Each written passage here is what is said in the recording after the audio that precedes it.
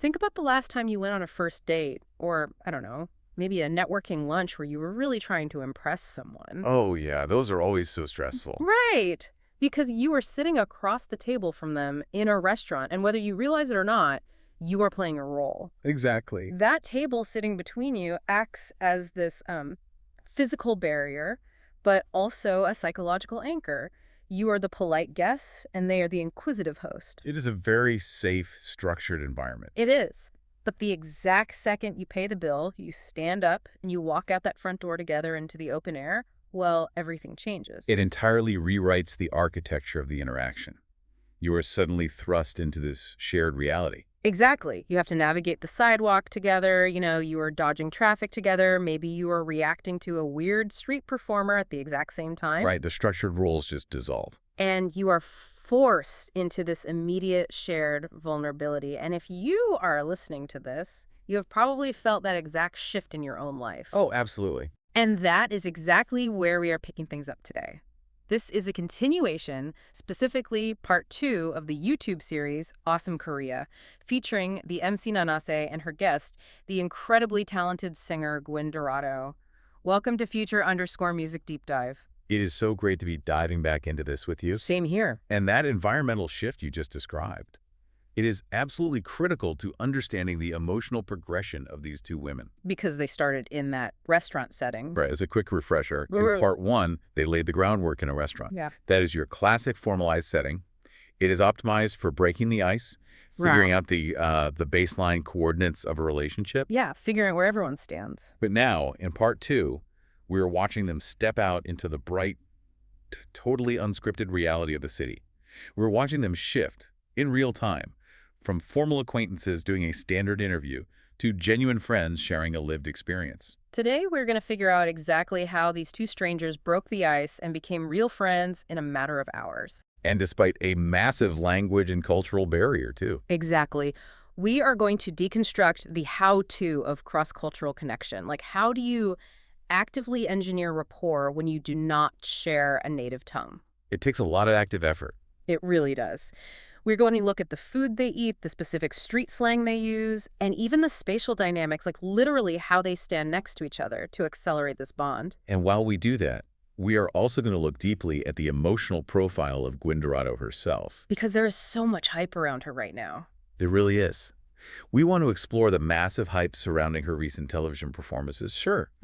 But more importantly, we want to uncover the profound vulnerability and the strategic adaptation she required to survive and succeed as an expatriate artist in South Korea. It is not an easy journey. Not at all. The contrast between her shiny public persona and her private psychological hurdles is pretty stark. Ultimately, our goal today is to increase understanding of how shared experiences and active empathy can bridge those profound cultural gaps and, alleviate the intense isolation of living abroad. Okay, so let's jump right into it.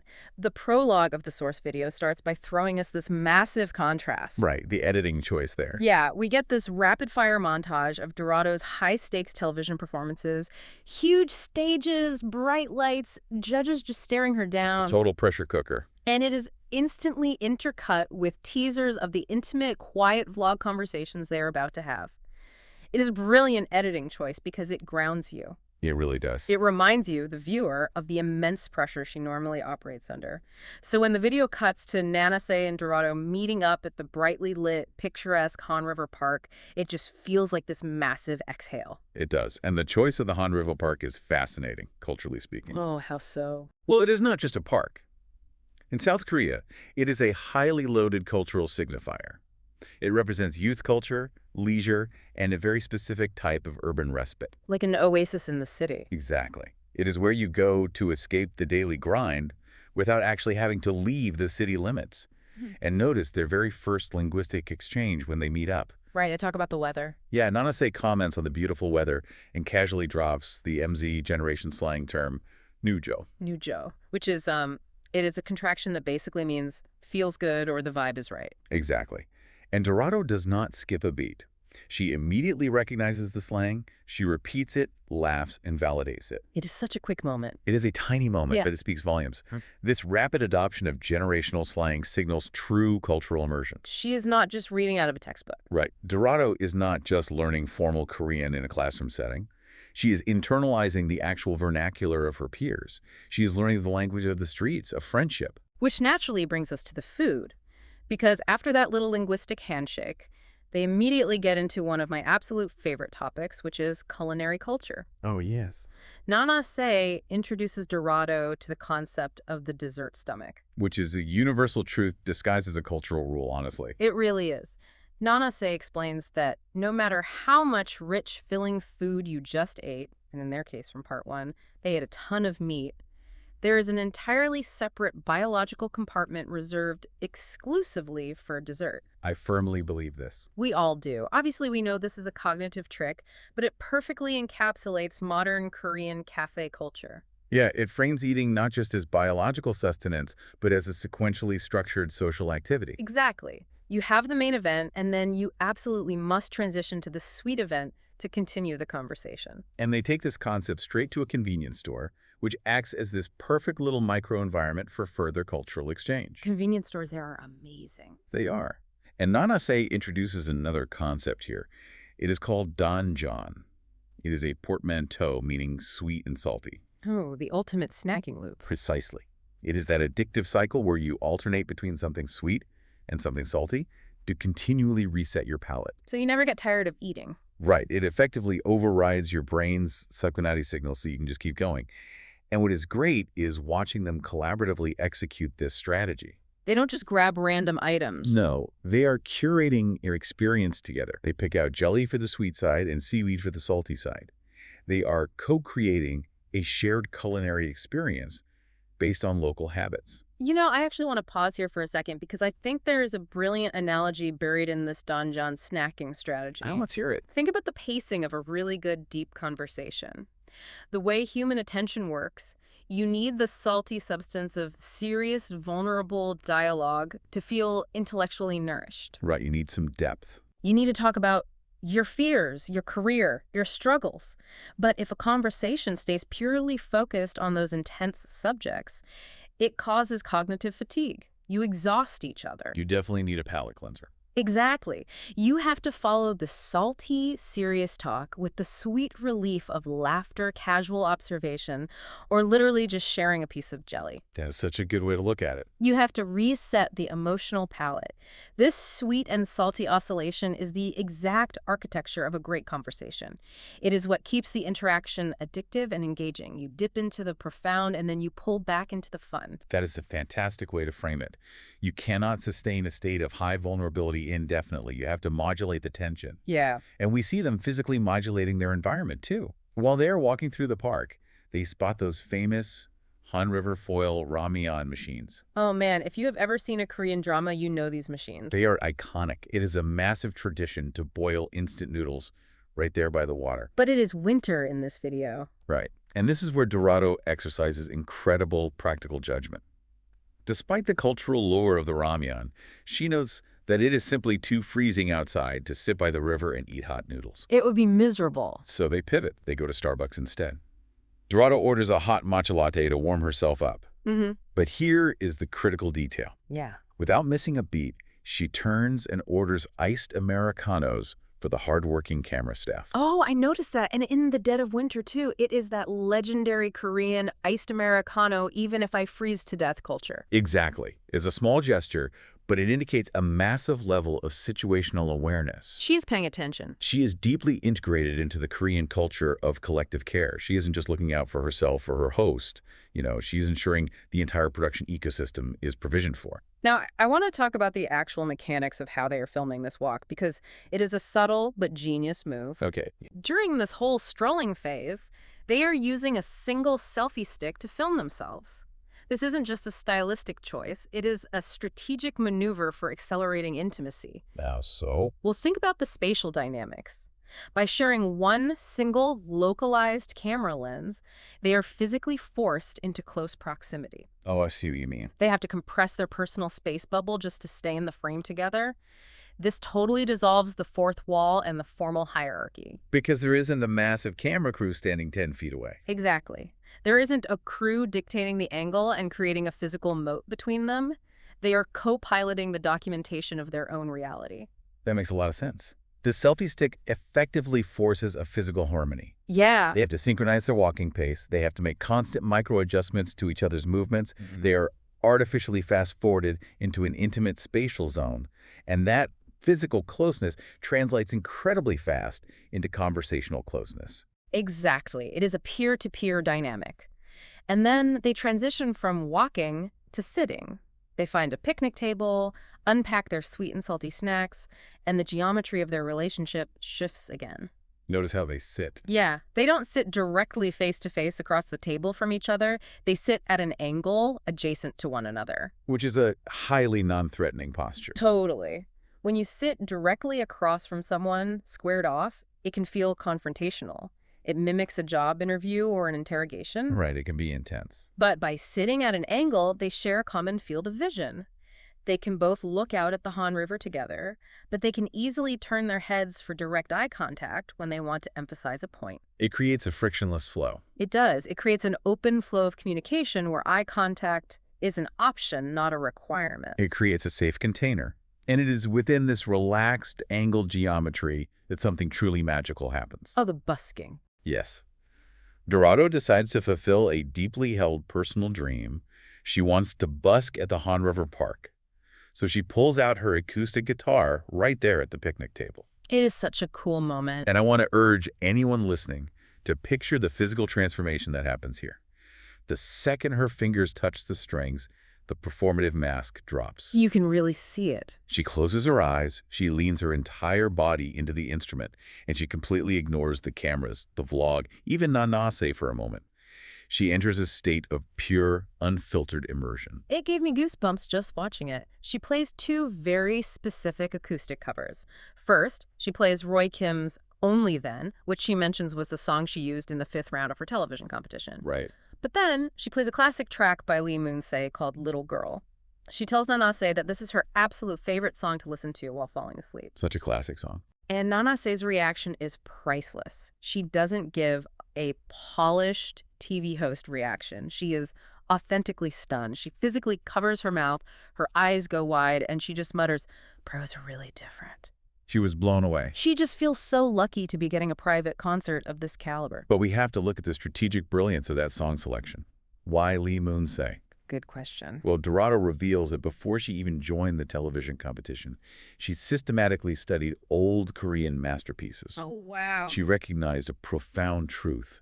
Simply bringing her existing vocal style, no matter how technically flawless, to a foreign market would not be enough to win them over. Right, because technical skill is just math. You need the soul. Exactly. She actively researched the historical auditory triggers that create nostalgia for a Korean audience. That is so smart. Lee Moon-sae is a towering figure in Korean music history. His songs are woven into the cultural memory of the nation. By mastering these specific cultural touchstones, Dorado bypasses the analytical mind of the listener and speaks directly to their cultural heart. Wow. She didn't just translate the lyrics, she learned the exact frequency of their nostalgia. That requires a staggering level of artistic intelligence. I love that phrase, the exact frequency of their nostalgia. And think about the emotional weight of this specific moment for her. It is huge. For months on the show Sing Again 4, her singing was a metric of survival. She was constantly being judged, ranked, evaluated by a panel. The pressure is immense. Unimaginable pressure. But sitting at the Han River, closing her eyes, and just playing for a friend, well, it represents a massive psychological transition. It is the shift from using her gift to prove her worth to simply enjoying the pure act of creation again. It is a moment of personal reclamation. Yeah. And it naturally opens the door for a much deeper conversation about the realities of that competition. Yeah. They start talking about Sing Again 4 behind the scenes. Dorado shares her favorite moment first. Yeah. She talks about her performance of the song Rebirth. Oh, that was a great performance. She loved the arrangement, the outfits, but most importantly, she talks about the pure joy of looking down from the stage and seeing the veteran judge, Yoon Jung-shin, visibly smiling and nodding along. That real-time validation from someone you respect has to be an incredible anchor when you are in a foreign environment. It really is. But then, the conversation takes a very sharp turn into her darkest period on the show. This part was tough to listen to. She opens up about round 1. This is where we truly see the immense friction of being an expatriate artist. Dorado details an initial 1-hour interview segment with the producers and other contestants where her lack of Korean proficiency left her feeling profoundly, devastatingly isolated. I can only imagine. You are in a room full of your peers, and you just do not have the linguistic tools to banter, to make a joke, to show them who you really are. You are trapped. You are trapped in your own head. And that linguistic oscillation triggered an intense wave of self-doubt. It wasn't just about language, it made her question her fundamental skills as an artist. Because expression is everything for an artist. When you cannot express your intellect or your personality, you begin to feel diminished in every capacity. You can actually see the echo of this anxiety in her micro-expressions during the vlog. You really can. When she recalls this period, her facial features visibly tighten. The memory alone carries a physical weight. And this is where the story gets really intense, because to prepare for her next song, as time goes by, Dorado makes a radical, extreme decision. Yes, she does. She completely stopped calling her family back in the Philippines. She cut off spoken contact. Wait, entirely? Entirely. She realized that speaking her native language on the phone was actively deteriorating her Korean pronunciation practice. Oh, wow. The phonetic structures of the two languages were literally interfering with one another in her brain. So to counteract this, she restricted all communication with her family to text messages only. That is incredible discipline. She deliberately instituted a strict linguistic quarantine to force her brain into rapid adaptation. Okay, wait. I have to push back on this a little bit.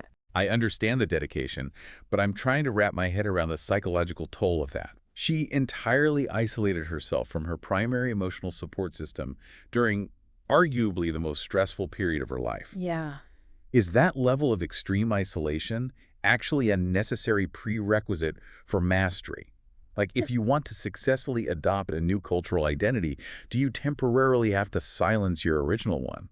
That sounds incredibly damaging. It is a fantastic question, and it highlights the hidden, often unacknowledged cost of excellence. Just seems so extreme. You are asking if you can run 2 operating systems simultaneously, or if you have to partition the hard drive and focus entirely on the new code. Right, exactly. For Dorado, in that specific high-stakes window, the cognitive load of context switching was causing a degradation in her performance. She made a tactical calculation. The Korean audience demanded absolute effort. They expect perfection. She needed to prove, beyond a shadow of a doubt, that she was committed to mastering their language. So she sacrificed her comfort for perfection. Yes. But to answer your question, is it sustainable? No. Long-term isolation like that is psychologically untenable. It would drive anyone crazy. Once she established her baseline proficiency and proved herself in that round, she reintegrated vocal contact with her family. But that initial sacrifice is a stark reminder of the intense, systematic dedication required to bridge a massive cultural gap. It is not just about practicing flashcards. But no, it is about rewiring your brain. And sharing this vulnerability at the picnic table does exactly what vulnerability is supposed to do. It deepens the connection. It builds that understanding. Nanase doesn't just offer sympathy, she offers shared empathy. She reveals her own personal experience of missing her family in Japan while she was been living and working in Korea. They find common ground. Suddenly, they aren't just an MC and a guest. They are 2 expatriates bonded by the specific complex loneliness of living far away from your origin point. And Dorado shows her personal methodology for managing that loneliness, which is incredibly mature. How does she handle it? She explains that she shifts her cognitive focus entirely toward gratitude. Whenever the isolation creeps in, she channels her energy into recognizing the massive support she gets from her new fans, the production staff, and her fellow participants. Oh, that is a great pivot. Her anxiety shifted from a fear of failure to a profound worry about how to adequately repay all this love she is receiving. She transformed a passive feeling of loneliness into an active drive to reciprocate. That is a beautiful reframe, and it leads them into a really fascinating discussion about the infrastructural differences between music culture in the Philippines and South Korea. This blew my mind. Dorado explains that in the Philippines, karaoke machines are ubiquitous. They are in nearly every single home. Every home. Yeah, singing is not this specialized separate activity. It is an integrated, casual, daily family event. You sing while you are cooking, while you are cleaning. That sounds amazing. And the result of that constant daily practice is that the baseline level of technical vocal proficiency among the general population in the Philippines is astonishingly high.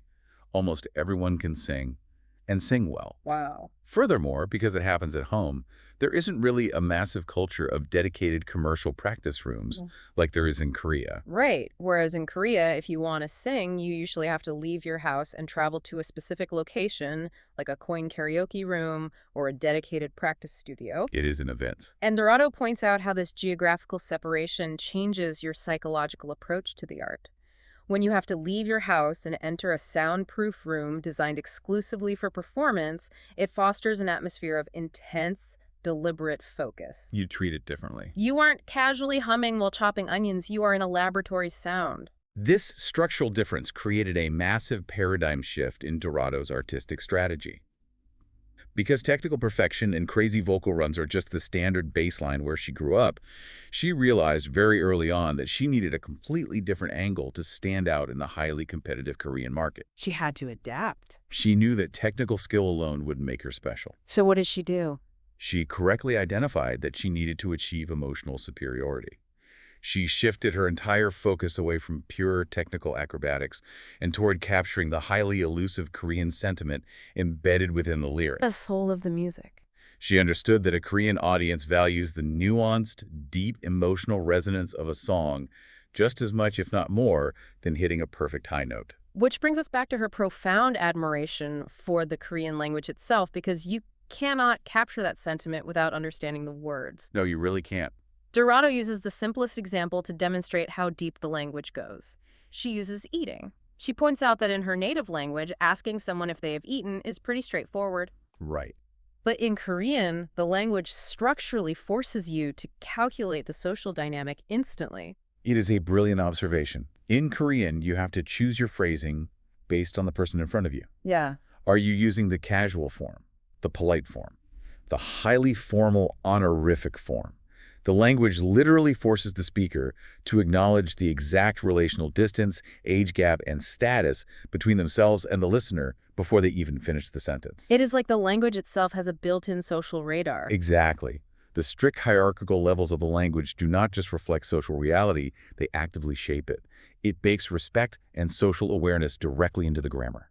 That is wild. Dorado recognizes that this structural complexity, while terrifying to learn at first, actually allows for a much deeper, more specific expression of emotion than simpler linguistic structures. You can express exact shades of intimacy based on the verb ending you choose. But she also makes a crucial point. You absolutely cannot learn the specific frequency of sentiment just by reading textbooks. No, not at all. A textbook can give you the syntax, but it cannot transmit the subtext. You have to actively experience it. You have to live it. You have to go to the Han River, you have to sit at an angled picnic table, you have to eat the sweet and salty snacks, and you have to talk to people in real time to internalize how those grammatical shifts actually feel in your chest. And that immersion is what led Dorado to discover her absolute favorite aspect of living in South Korea, the cultural concept of Jeong. Okay, we need to spend some time here because Jeong is fascinating. It really is. It is a uniquely Korean concept that doesn't really have a direct English translation.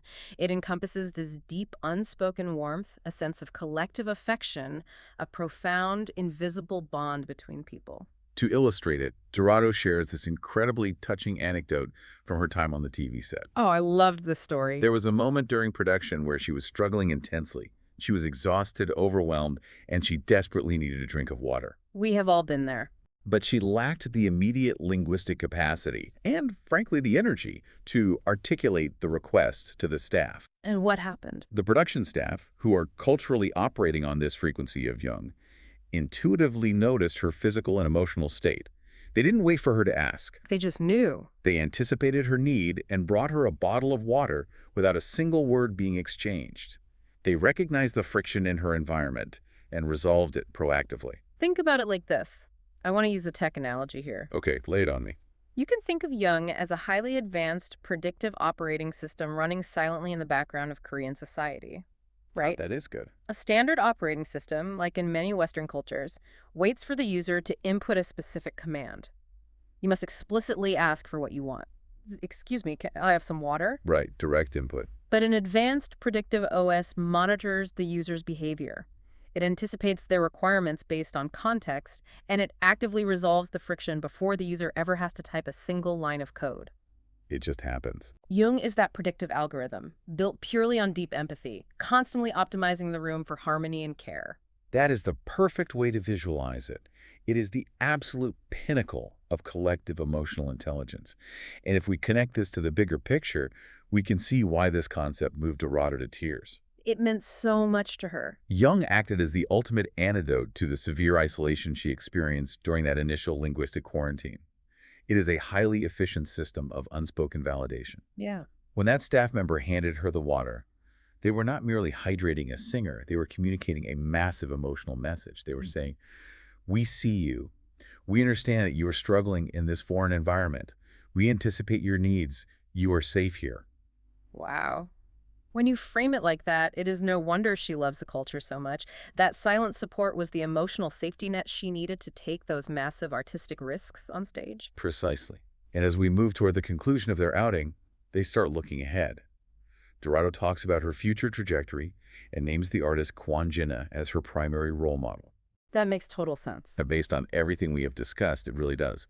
GWYN is renowned for her flawless vocal technique, but more importantly, her unparalleled ability to extract deep, resonant emotion across any genre. It perfectly mirrors Dorado's own strategic pivot, using a rock-solid technical foundation to deliver maximum emotional impact. Exactly. She outlines her goals with absolute clarity. She wants to perfectly convey the nuance of Korean lyrics. She wants to perform live so she can maintain that direct, energetic connection with the audience. And ultimately, she wants to evolve into a singer-songwriter. She wants to create. She wants to write her own stories in this new language. She is laying the groundwork for true, long-term cultural integration.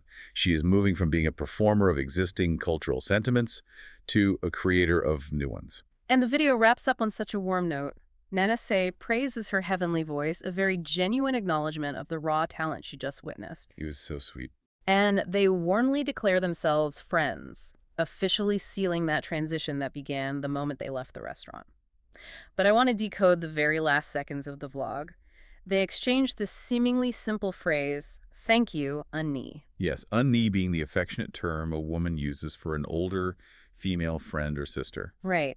But based on the emotional journey we just tracked, those thank yous carry so much subtext. Oh, absolutely. When Dorado says it, she is not just saying thanks for the coffee. She is saying, thank you for providing a safe, unstructured space where I could drop the performative mask. Thank you for listening to my fears about isolation without judging me. And for Nanase, her reciprocal thank you translates to, thank you for trusting me with your vulnerability and for giving me this unfiltered display of your art. The words are simple, but the emotional bandwidth of that exchange is massive. It truly is. What we witnessed in this vlog was not just two young women eating snacks by a river. It was a masterclass in the mechanics of human connection. It really was. We watch how shared vulnerability, admitting to loneliness, struggling with language, sharing personal dreams, combined with the active, strategic pursuit of empathy, can completely dismantle formidable cultural barriers. It proves that the gap can be bridged. It is living proof that the intense isolation of the human experience, particularly the expatriate experience, can be cured through deliberate, empathetic engagement. They utilized every available tool, the tactical use of physical space, shared culinary rituals, and the profound power of unspoken care to build a durable emotional bridge. Which leaves us with a final provocative thought for you to consider long after you finish listening to this deep dive. What's that? Dorado noted that the hierarchical, highly specific nature of the Korean language allowed her to express sentiments that felt deeper and more nuanced than she previously could. Right, we talked about that. This suggests something wild.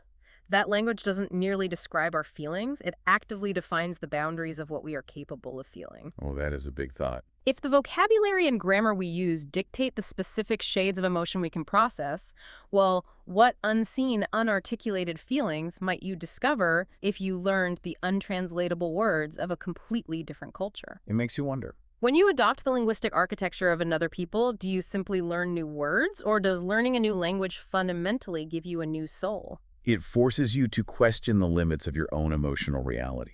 If you do not have the word for a feeling, can you truly experience it? Something to mull over as you navigate your own structured and unstructured environments today.